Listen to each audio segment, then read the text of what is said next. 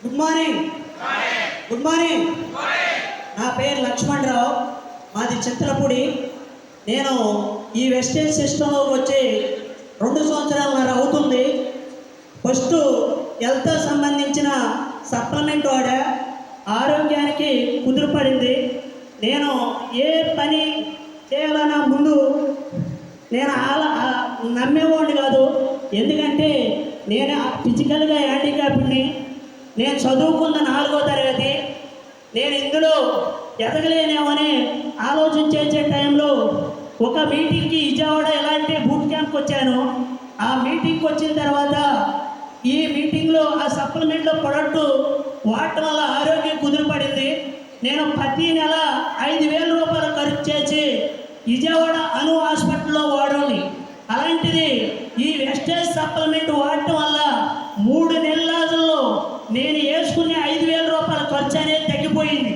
Okay, ప్రొడక్ట్లో దమ్ముందని ఆరోగ్యం కుదిరిపడిందని ఆ రోజున అనుకుని, ఆ రోజు తర్వాత మళ్ళీ ఈ మీటింగ్కి వచ్చిన తర్వాత ఈ మీటింగ్లో నేను ఎన్నది ఏమంటే, చదువుతో సంబంధం లేదు, టైం కానీ టార్గెట్ కానీ లేదు, వయసుతో సంబంధం లేదు, బయట షాప్లో తెచ్చుకునేది షాప్లో తెచ్చుకుని వాడి కొంతమందికి రిజల్ట్ని షేర్ చేసుకుంటూ వెళ్తే మంచి ఇన్కమ్ తీసుకోవచ్చని ఆ రోజున నన్ను జాయిన్ చేసిన మా ఎంప్లాయర్ గారు చెప్పారు.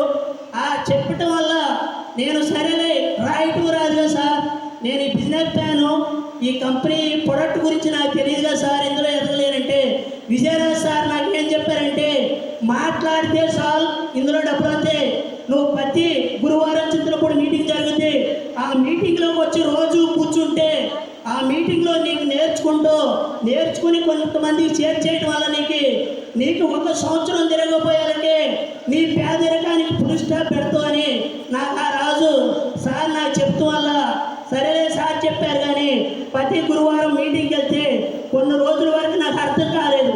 ఎందుకంటే చిన్నగా ఒక కిరాణా కొట్టు రన్ చేసుకుంటూ ఎండి చేపలో పొగాకు తెచ్చుకొని చిన్నగా ఒక 1000 రూపాయలు 2,000 అమ్ముకునే వ్యక్తిని ఆ మీటింగ్లోకి వెళ్తే జనాలను చూడగానే నాకు చాలా అర్థమయ్యేది కాదు. సరేలే కొన్ని రోజులు వెళ్దాం మీటింగ్కి, నేర్చుకుందామని అలా నేర్చుకుంటూ ఉంటూ నేను సంవత్సరం తిరగబోయాలకి 1,02,600 రూపాయలు తీసుకున్నా. 10,000 రూపాయలు, ఒక 3,000 రూపాయలు పింఛన్ వస్తే చాలు, తర్వాత ఈ కొట్టమ్ముకుంటే ఒక 5,000 వస్తే చాలు. 1,00,000 రూపాయలు అనేది నేను కల్లో ఊహించలేదు. ఎందుకంటే చాలా పేద కుటుంబం మాది. సరేలే అని ఆ 1,00,000 రూపాయలు వచ్చిన రోజు సార్ని అడిగితే, ఈ 1,00,000 రూపాయలు కాదు, ఇంకొక 6 నెలలు కష్టపడితే నిన్ను 16 లక్షల రూపాయలు కారులో తిరిగేదారు చేస్తానన్నారు. అదే 16 లక్షల రూపాయలు ఎన్నో కారులో ఈ రోజున డీజిల్కి రోజు 2,000 రూపాయలు ఖర్చు చేసుకుంటూ నేను పెద్ద టీంని కడుతుంది తయారైంది. నా టీం ఎక్కడుందో నాకే తెలీదు. నేను తీసుకుంటమే కాదు, నా కింద 10,000, 20,000, 50,000, 70,000 తీసుకునే వ్యక్తులు 50 మంది ఉన్నారు. ఎందుకంటే ఏ జాబు ఇవ్వలేను, 10 రూపాయలు సాయం చేయలేని వ్యక్తిని నా వల్ల అయినప్పుడు మీ వల్ల చాలా ఈజీ. మనం చేసే పనిని ముందు నమ్మాలి. మనం నమ్మితేనే సాధ్యం అవుద్ది. ఇక్కడికి 2,000 రూపాయలు పెట్టి టికెట్ కొనుక్కుని వచ్చినాం. అసలు మనం ఇక్కడ ఏం నేర్చుకున్నాం, అసలు ఇందులో ఇన్కమ్ ఏంటి అనేది కొత్త మిత్రులు తెలుసుకుని మీరు బయటకు వెళ్ళిన తర్వాత చాలామంది నెగిటివ్ మాట్లాడతారు. ఎందుకంటే మా ఆవిడ అన్నం కూడా పెట్టేది కదా ఓ రోజున.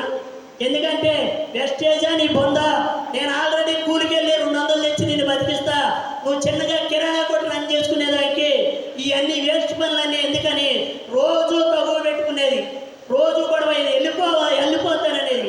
కానీ నేను ఇక్కడ ఉంది ఏంటంటే, నా పేదరికానికి ఫుల్ స్టాప్ పెట్టాలంటే వెస్టేజ్ కంపెనీలోనే వర్క్ అవుద్ది.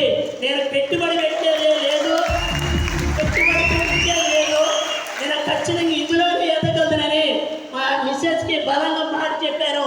ఆ మాట చెప్పిన ప్రకారం సంవత్సరం తిరగబోయాలని 1,00,000 రూపాయలు ఇచ్చాను. ఈ రోజున కంపెనీ ద్వారా 16 లక్షల రూపాయల కారులో ఏదైనా ఫంక్షన్ కంటే ఆ కారులో తిప్పుతున్నా. కారు అనే డ్రీమ్ లేని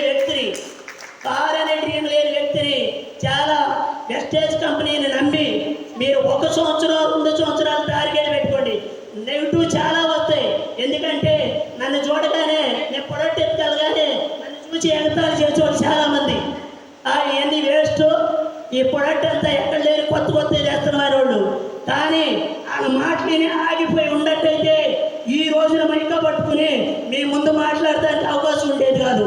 మీరు అందరూ బలంగా నమ్మి 1 సంవత్సరం 2 సంవత్సరాలు టార్గెట్ పెట్టుకొని రోజుకి మినిమం 4 గెలవాలి, 2తో ప్రొడక్ట్ ఇప్పించాలి. ఒక టార్గెట్ కనుక 1 సంవత్సరం కష్టపడితే మీకు తెలియకుంటే 3 తరాలకి ఒక బంగారు భవిష్యత్తు ఇస్తారని కోరుకుంటూ ఈ అవకాశం ఇచ్చిన చాలా